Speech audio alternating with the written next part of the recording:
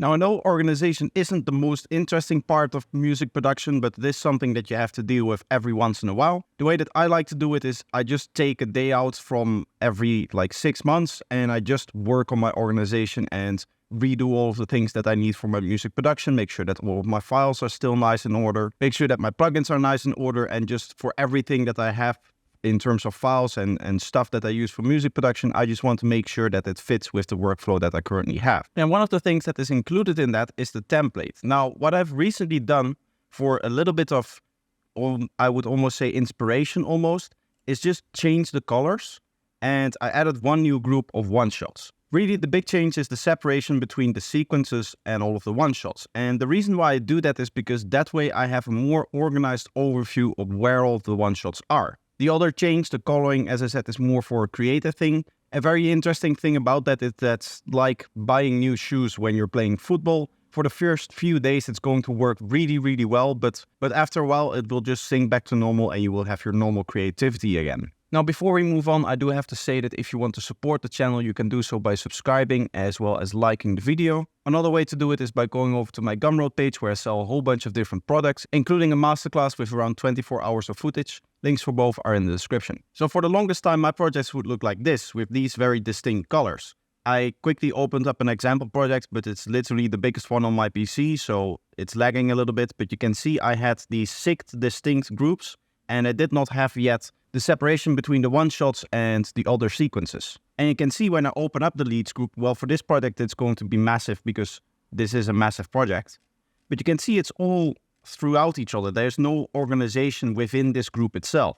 I just place elements wherever I want to place them, right? I have some asset lines down below. I have more sequences in here randomly scattered throughout.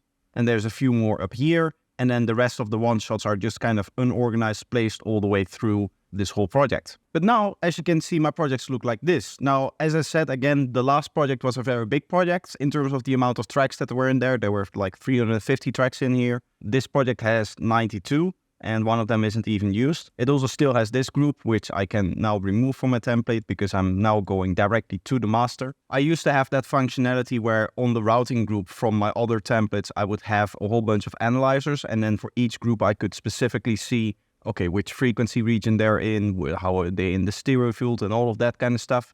But I've noticed that I don't really use that anymore because I do all of the production in here and then I export for mixing. So all of that fine detail analysis work I don't really need in this project, so I just leave it out nowadays. But you can see I have the 6 groups, and as you can see, we also have the different color. To me, the coloring doesn't really matter. The only thing that matters about this is that every single color is distinct.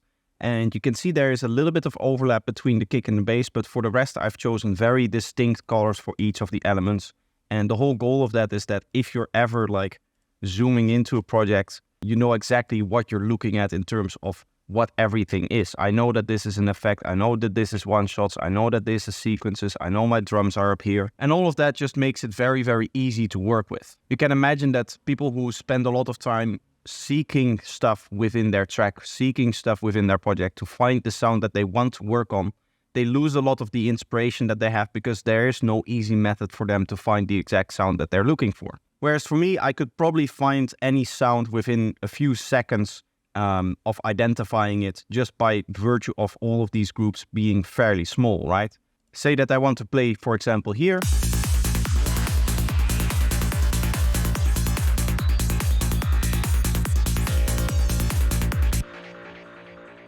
Let's see if we can find that plucky sound that was in there with the very sharp bandpass. Now, obviously, for this project, I've already named everything, and I actually updated the sound after I named it, so the name is no longer reflective of the sound that is actually being played on this particular sound that we're looking for. But I can just say, well, I remember it being played roughly around here, and I remember it being a one-shot, so it's just going to be one of these here. Maybe this one, if it was a little bit later than I remembered. Maybe this one, if it's a little bit earlier than I remembered. So let's just go through here and hit play and just listen to the one-shots.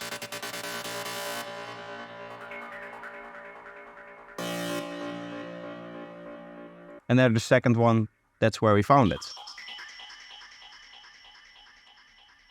Now, obviously, I'm explaining everything, so it's a little bit slower, but when you're just doing this, and just imagine the amount of times that you have to do this, where you have to go through a sound and just find the exact sound that you're looking for. It happens a lot throughout the production, so you want that process to be as fast as possible, and just dividing it up into 2 different parts for the sequences and for the one-shots really helps in that regard, because it's the few elements that you work the most on, I would say. Another benefit of having the sequences and the one-shot separated is that it's a little bit easier when scaling up the project. Here you can see a little bit of a bigger project. We have quite a bit more drums, we have some extra bass layers, we have a lot more sequences overall, and really in terms of the one-shots, it's where the craziness is happening within this project. There's a lot of different one-shots doing a lot of different things, and you can imagine that if there were long sequences in between here, it would be even harder to read what is actually going on with all of the sounds.